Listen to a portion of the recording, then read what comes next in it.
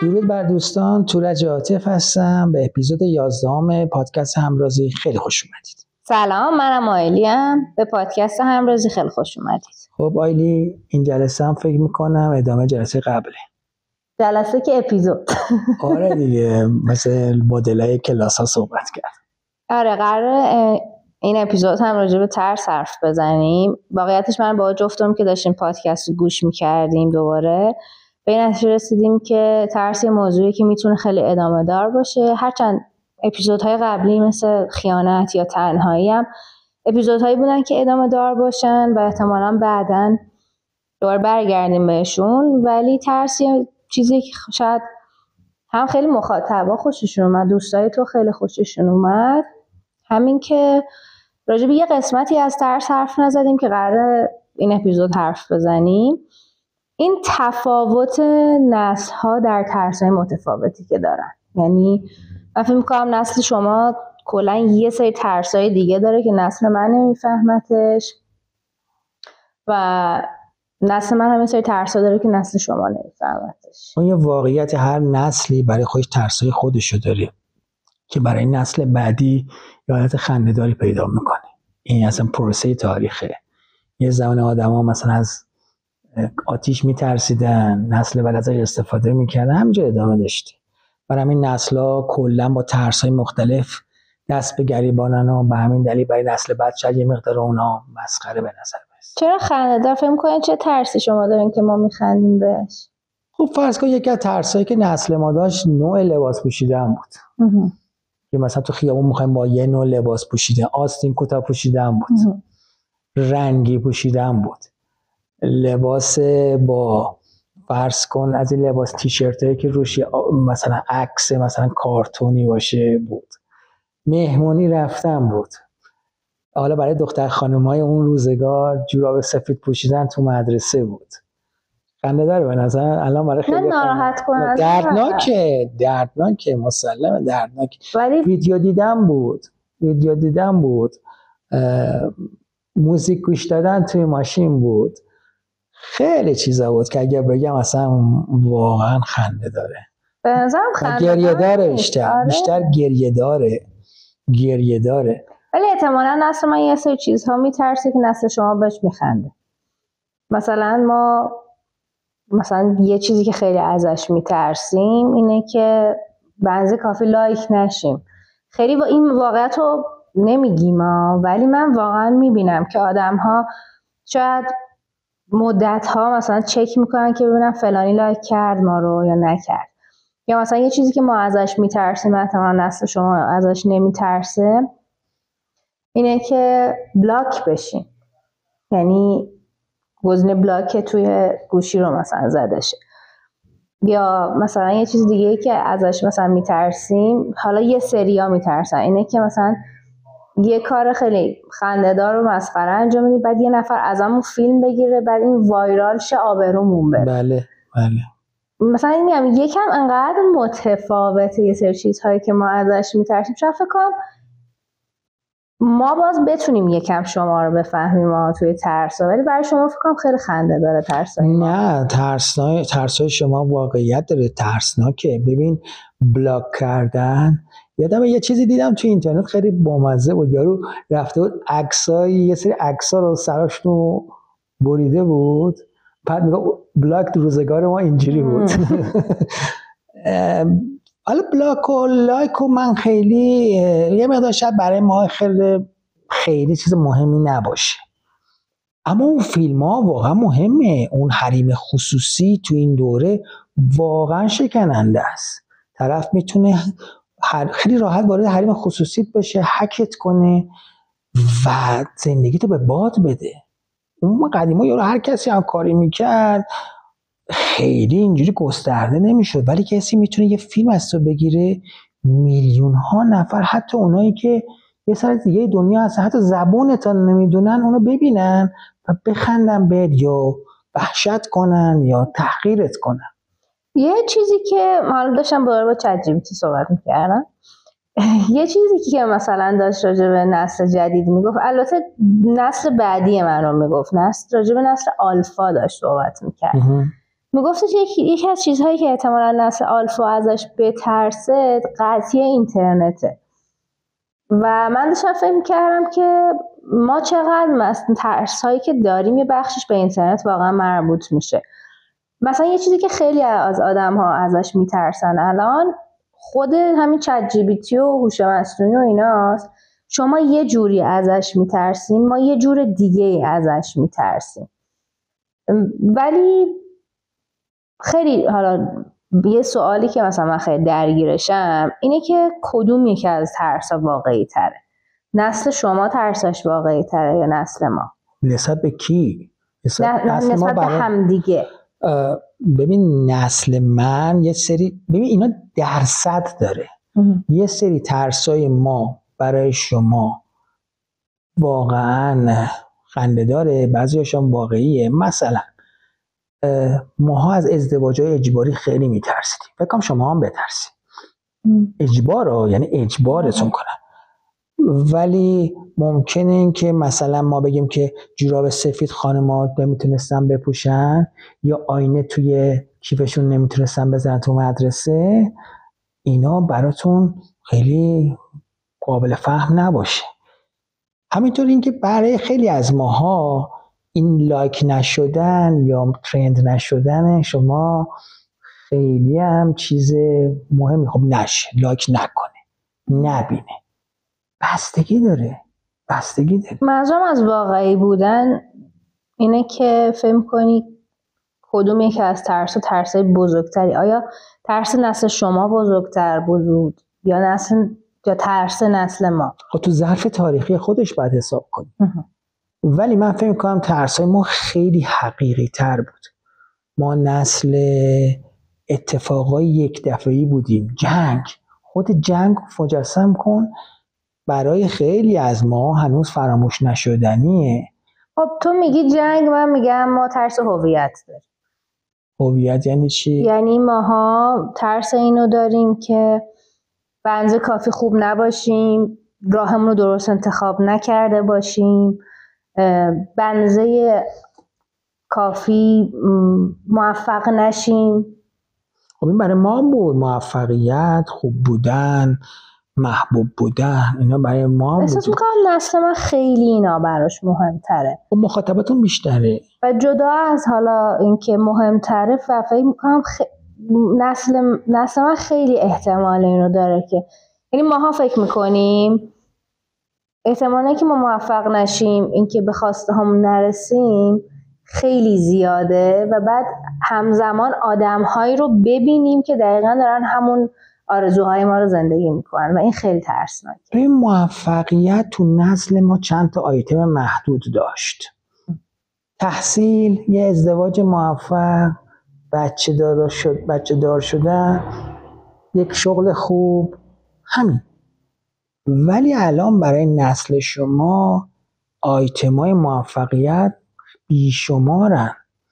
از اینی که تعداد فالووراتون چقدره، از این که چقدر شما رو میشناسن، از این که چقدر پول در میارین. یعنی حتی خیلی وقتا مثلا تو نسل ما پول در آوردن در حد یه خونه‌ای بوده، یه ماشینی بوده، ولی شما راجع به مثلا کروز دارین فکر میکنین، هواپیمای شخصی دارین فکر میکنین، رفتن سفر به مریخ دارین فکر میکنین. فرق میکنه. حالا یه چیز دیگه ای که وجود داره اینه که چه چیزی توی نسل قبلی تو وجود داشته که تو الان بهش فکر می‌کنی اینطوری که اصلا من باورم نمیشه اینا از همچین چیزی میترسیده. خب یکی از چیزایی که فکر میکنم تو نسل‌های قبل از ما وجود داشته، ازدواجات تو سن خیلی پایین بوده. یعنی خیلی راحت مثلا بچه‌ها رو میبردن تو سن 9 سالگی. من یادم مادر بزرگای ما خیلی تو سن پایین ازدواج کرده بودن. و از این موضوع میترسیدن. خب مثلا من تو شنیدم که مادر بزرگ خود من، مادرم، عروسکش هم تو جشن عروسیش بوده باهاش. یعنی یه عروسکی داشته.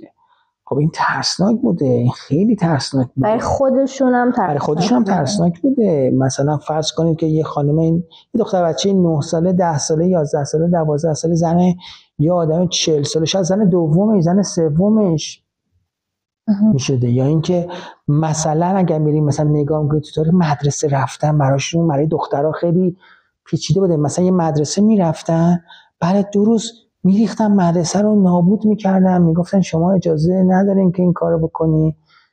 یا اینکه توی خیابون 1000 تا بلا ممکنه اون سرشون بیارن، مگه چرا رفته مدرسه، چرا سواد داره، بهش 1000 تا تهمت میزدن. خود نسل قبل از مادر بزرگای ما دارن میرن اونجا عقبا. اصلا اینکه پروسه که بچه‌ها چجوری رفتن مدرسه، دختر بچه‌ها بیشتر دختر بچه‌هاست. یه چیزی که خیلی ها مثلا میگن اینه که مثلا نسل الان، یعنی ماها خیلی آدم‌های شجاع‌تری هستیم. خب من این حرفو قبول ندارم. یعنی آیا واقعا شما همسن ما بودیم به این شجاعت نبودیم؟ یعنی من در واقع فکر میکنم علتی که ما به نظر شجاع‌تر میرسیم چون کم سن و سالیم. من فکر نمی‌کنم شما شجاع‌تر از ماییم. اصلا فکر نمی‌کنم شما شجاع‌تر از ماییم. مثلا تو فکر کن که میخوای بری یه مهمونی، خانواده خودت میگه اگر هر اتفاقی برات افتاد ما نیستیم، تو خود مهمونی هر یه زنگی که میزنن نگران بشی. یه وقتایی مثلا میریختن تو مهمونی از روی پله‌ها بعد میپرید توی حیاط و از این چیزا. شما همچین مهمونی میرین؟ نمیدونم.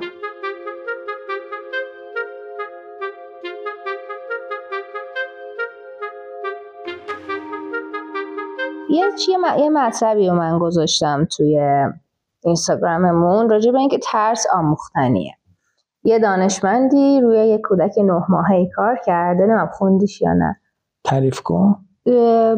یه دانشمندی روی یه کودک 9 ماهه‌ای کار کرده و این کودک 9 ماهه رو گذاشته پیش یه دونه موش و ازش خواسته که، و اولش دیده که اون کودک 9 ماهه با این موشه داره بازی میکنه و هیچ مشکلی نداره.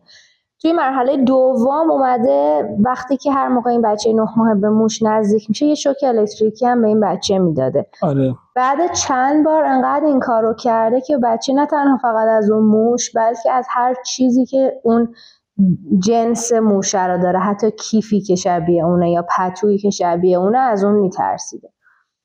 من فکر میکنم حالا جدا از این که، یعنی من قبول دارم که ترس خیلی میتونه آموختنی باشه، کمان که توی اپیزود قبلی هم راجعش صحبت کردیم، خیلی از آدم‌هایی که از گربه میترسن یا از سگ میترسن پدر مادرشون هم از گربه یا سگ میترسن. و یا اصلا همین مثلا مسئله سوسک که اتفاقا امروز اتفاق افتاد، من اکثر دوستام از سوسک میترسن و اصلا براشون عجیبه که من چرا نمیترسم. و اینطوری هم که خب من یادم اولین باری که با سوسک مواجه شدم ترسیدم، چون به هر حال برای بچه چیز لزج زشتیه و تو به من یاد دادی که نترسی.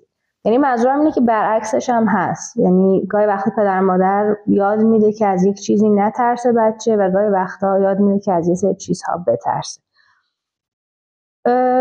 تو نظرت چیه؟ ترس آموختنیه. ترس آموختنیه. 100% ترس آموختنیه. به نظر من همه، مخصوصا ترس، برای اینکه ترس همیشه یه عاملی بوده که باهاش میتونستن مردم رو کنترل کنن.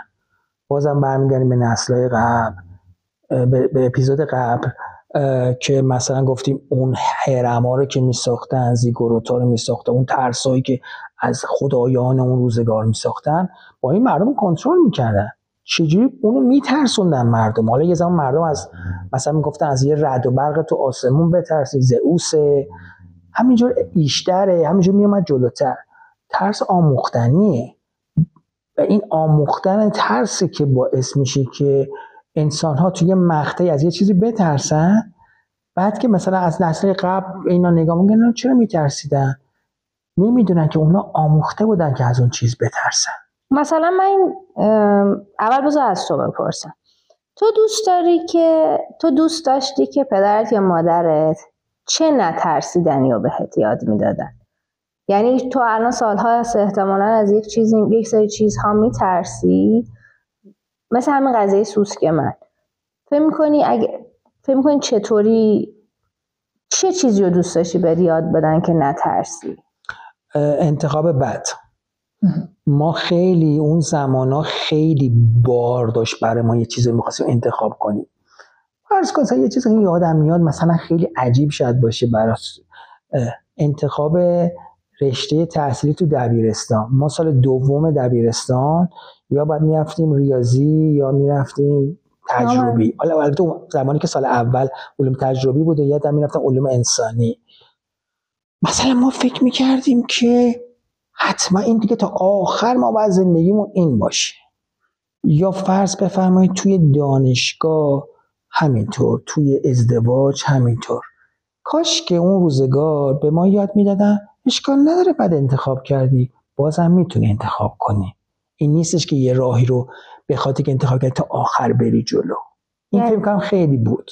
یعنی دوست داشتی بهت یاد بدن که یعنی بتونی انتخاب دیگه اشتباه کردن نترسی و بپذیری دوباره دنده عقب بری یه راه دیگر رو شروع کنی. فرض کن اگر یه رشته تحصیلی خوندی، اگر میبینی باید نمیخوای به دنبال اسم مهندس و دکتر و فلان اینا نرو، دیدی به دردت نمیخوره، تو اصلا جنس اون نیستی، دنده عقب بگی ببین چیه، یه چیز دیگر رو برو. کسی هم تو رو مورد شماتت قرار نده. یا تو ازدواج انتخاب که کردی، فرض کن تو دوران نامزدی یا هر چیز می‌بینی خوب نیست، نگو ما حالا رفتیم صحبت کردیم نه این دو فلان. حالا بعضیا که ازدواج خانوادگی می‌گردن که دیگه وحشت نکن. من فکر می‌کنم عدم ترس از انتخاب مجدد اینو کاش به ماها بیشتر یاد میدادن. کاری که شماها میکنی البته فکر نمی‌کنم تو همتون این به این راحتی باشه. من فکر می‌کنم راجب من اینطوریه که تو انقدر راجب این موضوع آسیب دیدی که تو مثلا اینو به من یاد دادی. آره چون برای خودم اینجوری بود. ولی من دوست داشتم تو به من یاد بدی که مثلا بذار ببینم از چی دوست داشتم بدم.